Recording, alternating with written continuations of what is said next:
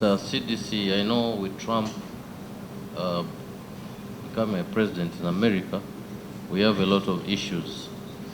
But now we've been following on media the health of Dr. Kizza Besigye.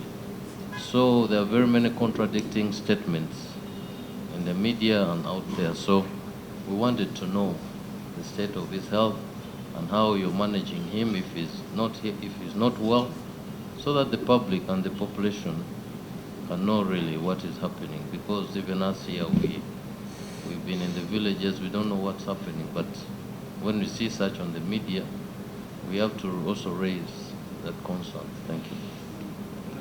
Honorable. Mr. Chairman, Honorable Chairman, since the Commissioner General is here, let him answer for himself. Me, I'm not a doctor. If I was to inject you, I would send you to your creator.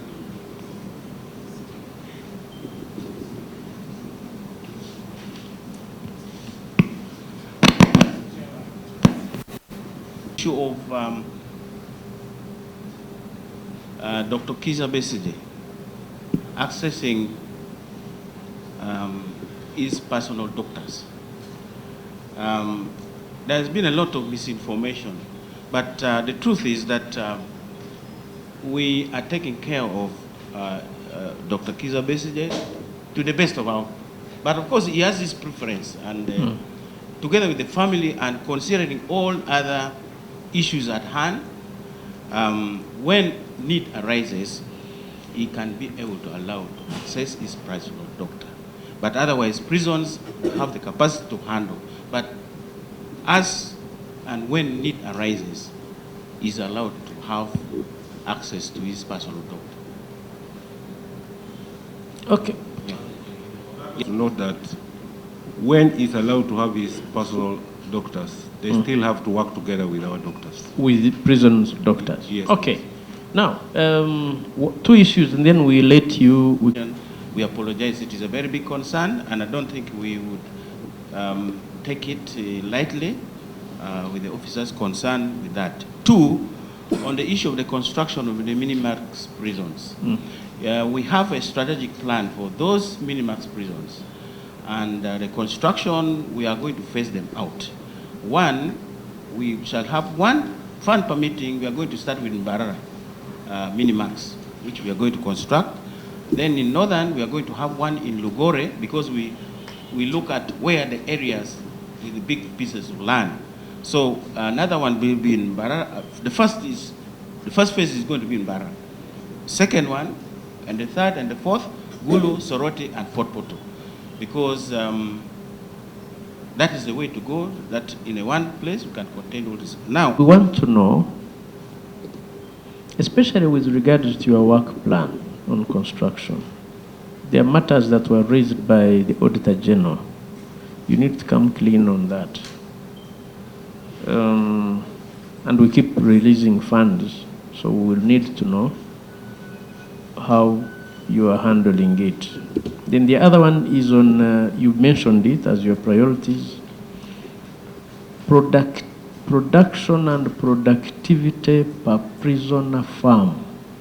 23 of them in the country. You can't have land lying idle, but we know projects are there, so we want to know. You can give us written submission on that. Production and productivity per prisoner farm. Okay?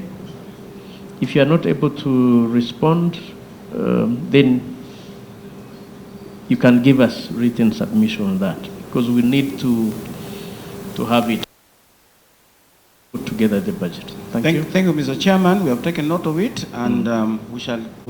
Health and sanitation. Health and sanitation, especially to in regards to prisoners. Prisoners are treated especially during night. In this era, we are still using the night bucket system. Yes, We are still using the night bucket system. The prisons.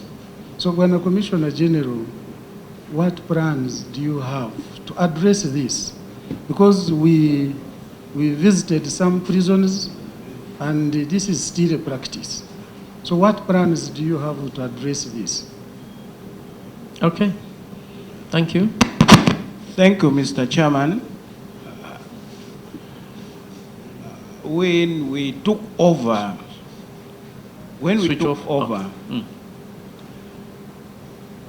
the former local administration prisons,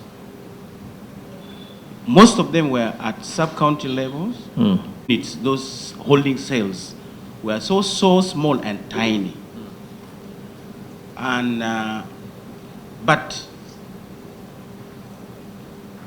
we have been improving on those structures, much as they don't belong to us, because we sort of have issues with those former local administration, some of them especially which are sitting on.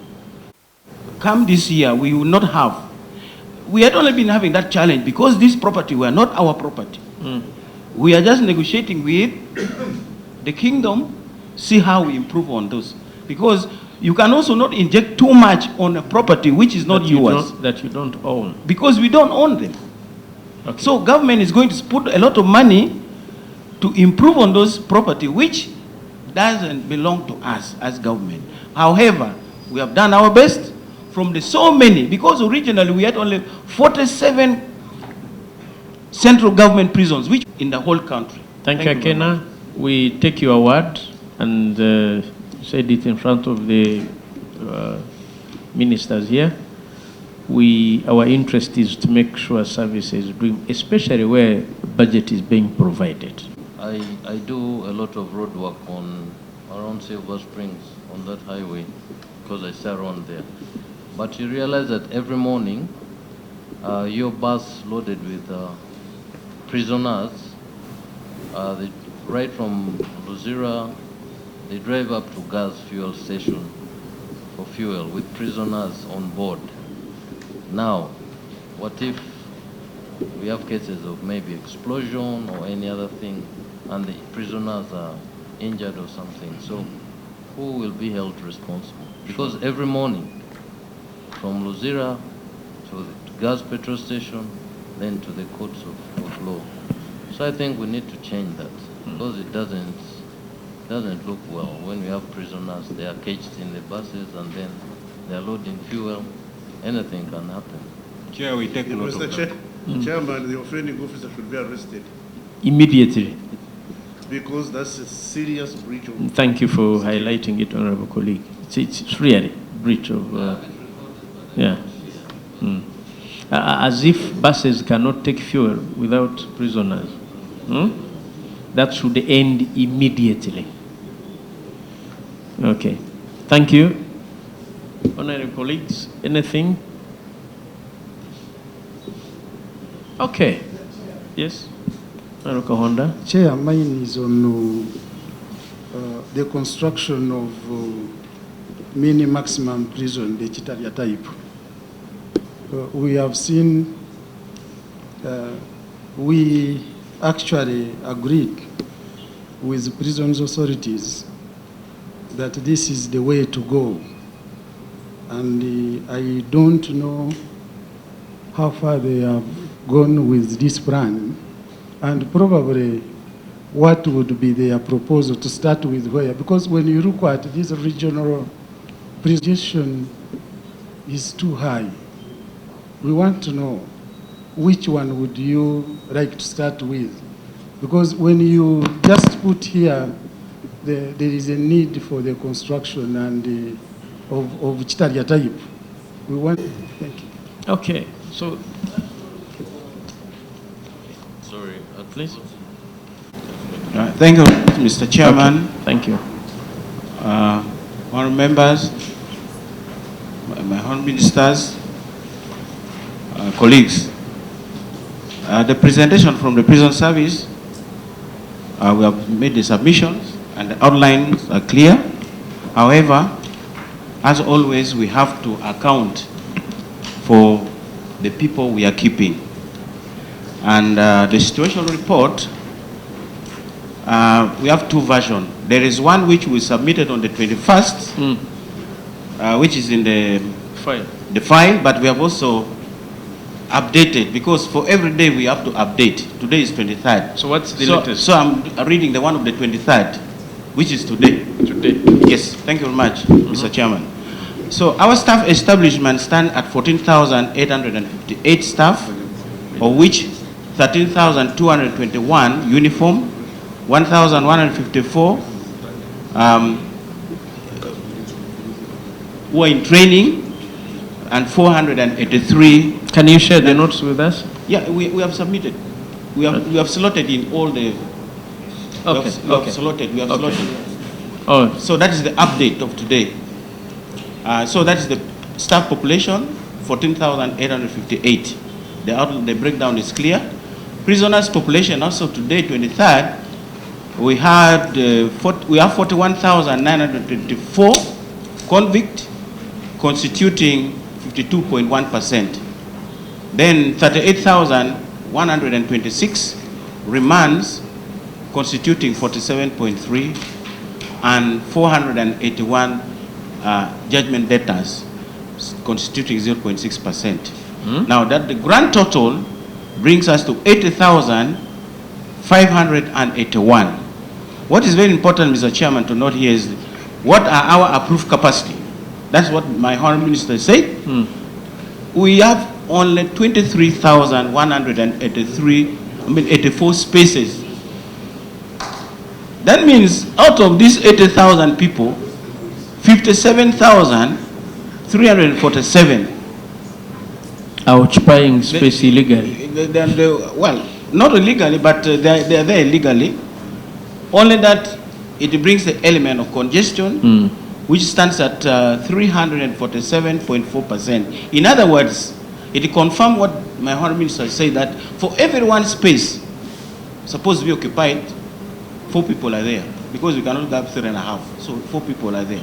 So it's a very serious issue, and of course this reflects also on other subsequent services that should be delivered.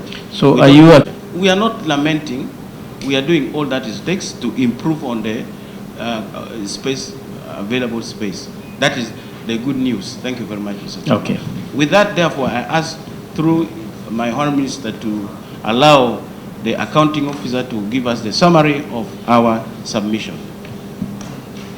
Okay, Honourable Minister. Thank you, Chair. Maybe, Chair, before we jump to the accounting officer, if we, the committee, of course, we could explore other measures other than space to mitigate overcrowding. Yeah, because there are many instruments available, even including service, including non-custodial. I don't know, maybe a comment from the Deputy Commissioner General can Exactly. And the Commissioner of Community Service. Isn't that, no, he's not here. But do you still have that agency under you? Huh? Yes, so we'll probably advise us what we can do. Okay? Thank you, Mr. Chairman. It's true, we have action. One of them, which you have just stated, is the issue of community service, which is not directly under our armpit, but we work together with the community service, because we have to work together on that.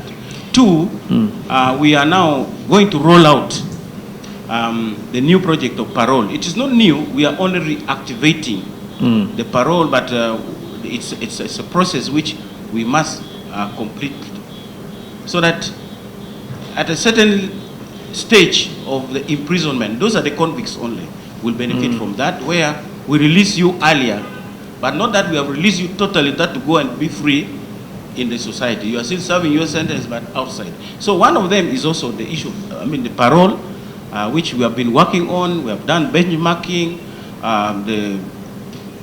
the documentations and the processes have been going on, because it's a huge thing, and it's the state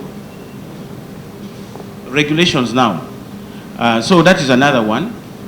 And of course, together with the other justice stakeholders, administrations, justice, and we have, together with the judiciary and the police and the DPP, we have also we are continuing with the plea bargain, such that instead of people clogging there on remands too much, we get them off.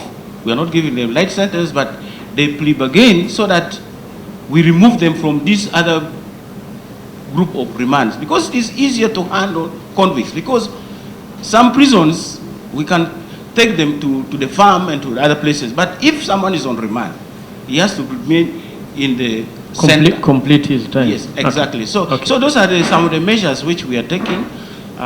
Yes, space, it is true, we may still have to have space, but it is not a lasting solution. The lasting solution should be, should people continue to crime? Okay. I think that is the bottom line. But talking of space, Honorable Minister, Uganda Prison Service has absolutely no work to do in the city.